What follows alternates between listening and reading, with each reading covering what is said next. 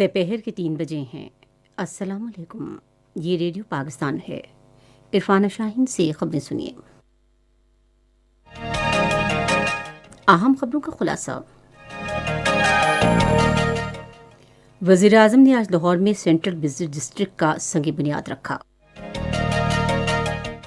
صنعتوں اور پیداوار کے وزیر نے کہا ہے کہ پاکستان نے فائنینشیل ایکشن ٹاسک فورس کی 10% شرائط پوری کر دی ہیں اور باقی شرائط اس سال جون تک مکمل کر لی جائیں گی۔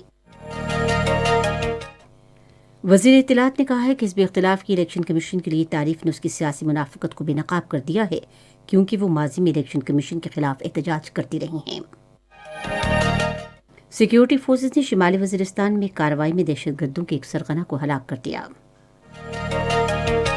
بھارت کے غیر قانونی زیر قبضہ جموں کشمیر میں حریت رہنماؤں نے کنٹرول لائن پر جنگ بندی برقرار رکھنے کے لیے پاکستان اور بھارت کے درمیان اتفاق رائے کا خیر مقدم کیا ہے۔ کراچی میں جاری پاکستان سپر لیگ کے 6 ایڈیشن میں ملتان سلطانز نے لاہور قلندرز کے خلاف ٹاس جیت کر پہلے فیلڈنگ کا فیصلہ کیا ہے۔ کے ساتھ وزیر اعظم عمران خان نے آج لاہور میں سینٹرل بزنس ڈسٹرکٹ کا سنگ بنیاد رکھا۔ اس موقع پر ایک تقریب سے خطاب کرتے ہوئے وزیر اعظم نے کہا کہ یہ منصوبہ کاروباری مرکز کے طور پر کام کرے گا، جس سے سرمایہ کی پیداوار میں مدد ملے گی۔ عمران خان نے اس اعتماد کا اظہار کیا کہ منصوبے سے 6,000 ارب روپے آمدن ہوگی۔ یہ جو پروجیکٹ ہے یہ کتنا پیسہ جنریٹ کرے گا پنجاب گورنمنٹ کے لیے، فیڈرل گورنمنٹ کے لیے، ریلویز کے لیے اور سی اے کے لیے۔ پہلے فیز کے اندر 1,300 ارب روپیہ جنریٹ ہوگا پہلے فیز میں، جس میں جو فیڈرل گورنمنٹ کو ٹیکسز پہ ریونیو ملے گا وہ 250 ارب ہے۔ وزیر اعظم نے اس بات پر زور دیا کہ سرمایہ کے پیداواری منصوبے ملکی معیشت کو قرضوں کی واپسی کے قابل بنا کر معیشت کو مضبوط بنانے کے لیے ناگزیر ہیں۔ عمران خان نے کہا کہ ہمیں ورثے میں مشکل معاشی صورتحال ملی۔ انہوں نے کہا کہ ٹیکسٹائل کی برآمدات میں بھی اضافہ اور ملک میں نئی صنعتیں قائم کی جا رہی ہیں۔ نیا پاکستان منصوبے کا حوالہ دیتے ہوئے وزیر اعظم نے کہا کہ اس سے تنخواہ دار طبقے اور مزدوروں کو سستے گھر ملیں گے۔ وزیر اعظم عمران خان نے کورونا وائرس سے جاں بحق ہونے والوں کی تدفین کی اجازت دینے سے متعلق سری لنکا کے سرکاری اعلامیے کا خیر مقدم اور سری لنکا کی قیادت کا شکریہ ادا کیا ہے۔ صنعتوں اور پیداوار کے وزیر حماد اظہر نے کہا ہے کہ پاکستان نے فائنینشیل ایکشن ٹاسک فورس کی 90% شرائط پوری کر دی ہیں اور باقی رواں سال جون تک مکمل کر لی جائیں گی۔ آج اسلام آباد میں ایک نیوز کانفرنس سے خطاب کرتے ہوئے انہوں نے کہا کہ پاکستان نے AFTF کے 27 میں سے 24 نکات پر بڑی حد تک پیش رفت کی ہے۔ انہوں نے کہا کہ پاکستان بقایا نکات پر کام کے بعد گرین لسٹ سے باہر آ جائے گا۔ پہلا ہمارا ٹارگٹ تو یہ تھا جب ہمیں سیکشن پلان ہمیں یہ دیا گیا اور ہماری نئی حکومت آئی تھی کہ پاکستان کی بلیک لسٹنگ کو روکا جائے، اور ٹائم لائنز بڑی سخت تھیں اور دنیا کا سب سے مشکل ایکشن پلان تھا۔ الحمدللہ وہ ٹارگٹ ہم نے اچیو کیا۔ میں صرف پوری قوم کو یہ یقین دلانا چاہتا ہوں کہ بلیک لسٹنگ جو ہے اسے ہم پاکستان الحمدللہ اوائڈ کر چکا ہے، نہ صرف اوائڈ کر چکا ہے بلکہ اب ہم پاکستان کے جو فیکٹف کا ایکشن پلان ہے اسے مکمل کرنے کا ہم نے ٹارگٹ کیا ہوا ہے، اور ہم اس کو انشاءاللہ تعالی ہماری کوشش ہے کہ جون میں یہ جو 27 کے 27 نکات ہیں ہم ان کو مکمل کریں۔ صنعتوں کے وزیر نے کہا کہ پاکستان کا دنیا کا سب سے بڑا چیلنجنگ ایکشن پلان دیا گیا ہے، مگر اس نے پلان کا ہدف پوری کرنے کے لیے تندہی سے اسے حاصل کیا، جس کا اعتراف FATF پلانرز میں شامل عالمی برادری نے بھی کیا ہے۔ ایک سوال کے جواب میں حماد اظہر نے کہا کہ بھارت نے پاکستان کو بلیک لسٹ میں دھکیلنے کے لیے FATF کے پلیٹ فارم کا غلط استعمال کیا، مگر ایکشن پلان پر عمل درآمد کرانے کے لیے حکومت کی جانب سے کیے گئے اقدامات کی وجہ سے اب یہ پاکستان کے لیے ایک راستہ نہیں رہا۔ اطلاعات و نشریات کے وزیر سید شبلی فراز نے کہا ہے کہ حزب اختلاف کی الیکشن کمیشن کے لیے تعریف نے اس کی سیاسی منافقت کو بے نقاب کر دیا ہے، کیونکہ حزب اختلاف ماضی میں الیکشن کمیشن کے خلاف احتجاج کرتی رہی ہے۔ ایک ٹویٹ میں انہوں نے کہا کہ موقف میں تبدیلی اور اپنے ہی بیانے سے انحراف حزب اختلاف کا طرح امتیاز بن گیا ہے۔ انہوں نے کہا کہ حزب اختلاف صرف ان انتخابات کو شفاف سمجھتی ہے جن میں وہ کامیاب ہوتی ہے، دوسری صورت میں وہ دھاندلی کے نام پر شور شرابہ کرتی ہے۔ سید شبلی فراز نے کہا کہ الیکشن کمیشن کے لیے حزب اختلاف کی خوش آمد سے یہ ظاہر ہوتا ہے کہ وزیر اعظم عمران خان کی حکومت میں الیکشن کمیشن اپنے فرائض کی ادائیگی میں آزاد، فعال اور خود مختار ہے۔ الیکشن کمیشن نے وفاقی دارالحکومت میں 2 نشستوں پر سینیٹ امیدواروں کے لیے امیدواروں کی فہرست جاری کر دی ہے۔ پاکستان تحریک انصاف کے عبدالحفیظ شیخ اور پیپلز پارٹی کے سید یوسف رضا گیلانی جنرل نشست کے لیے مد مقابل ہیں، جبکہ خواتین کی نشست پر پاکستان تحریک انصاف کی فوزی ارشد، پاکستان مسلم لیگ کی نون کی فرزانہ کوثر کے درمیان مقابلہ ہوگا۔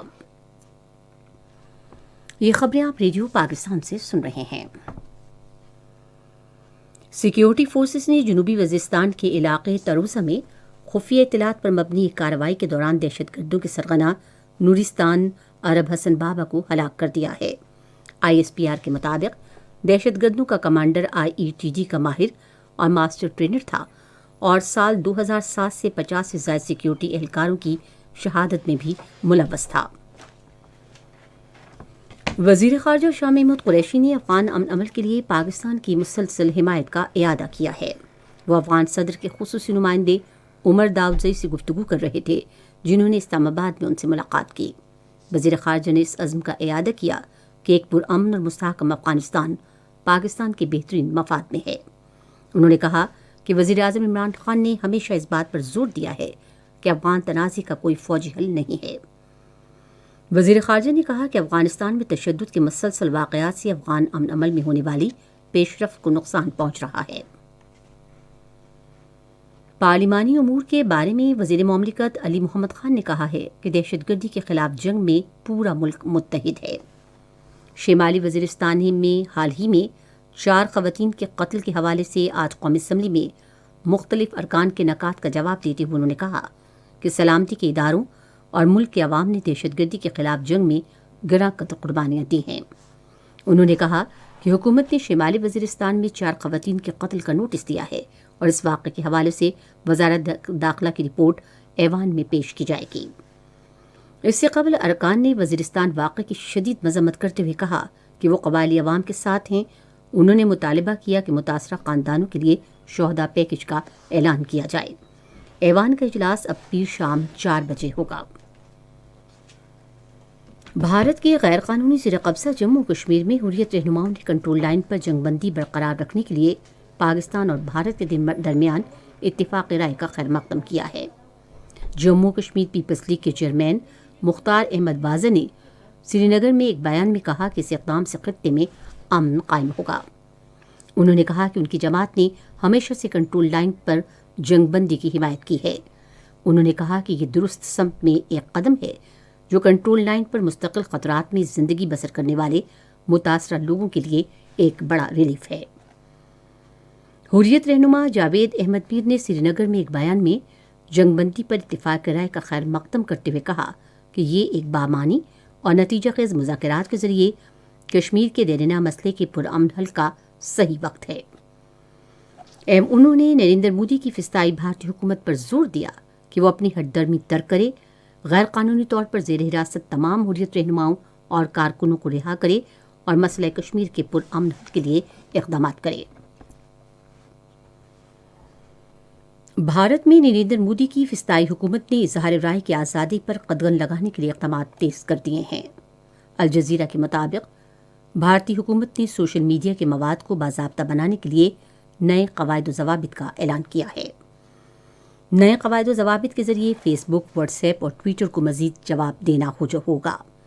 ایڈوکیسی انٹرنیشنل فریڈم فاؤنڈیشن کے ایگزیکٹو ڈائریکٹر اپار گپتا نے اس اقدام پر تبصرہ کرتے ہوئے کہا کہ نئے قواعد و ضوابط اظہار رائے کی آزادی کے لیے خطرہ ہیں۔ افغانستان کے مغربی صوبے غور میں نامعلوم مسلح افراد کے ایک حملے میں کم سے کم 3 افراد ہلاک اور 5 زخمی ہو گئے۔ مقامی حکام کے مطابق واقعے کی تحقیقات کے لیے ایک ٹیم تعینات کر دی گئی ہے۔ ریڈیو پاکستان آج تیسرے پہر 4:05 پر اپنے قومی پروگرام میں پشتو گلوکارہ مہجبی غزل باز کی برسی کے سلسلے میں موسیقی کا ایک فیچر پروگرام نشر کرے گا۔ کراچی میں پاکستان سپر لیگ کے 6 ایڈیشن میں لاہور قندرز اور ملتان سلطانز کے خلاف اب سے کچھ دیر پہلے تک ایک اوور میں بغیر کسی نقصان کے 2 رنز بنائے تھے۔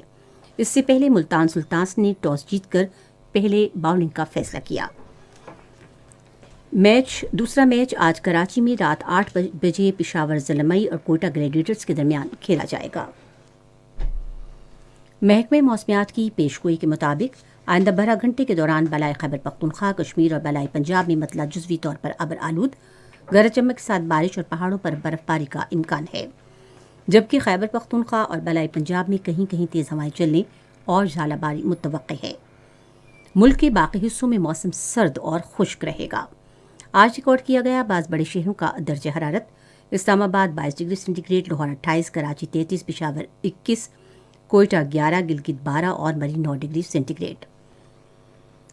بھارت کے غیر قانونی زیر قبضہ جموں کشمیر کے بارے میں محکمہ موسمیات کی پیشگوئی کے مطابق راولاکوٹ، سری نگر، لیہ، پلوامہ، اننت ناگ، شوپیاں اور بارہمولہ میں مطلع جزوی طور پر ابر آلود رہنے کے ساتھ ہلکی بارش کا امکان ہے۔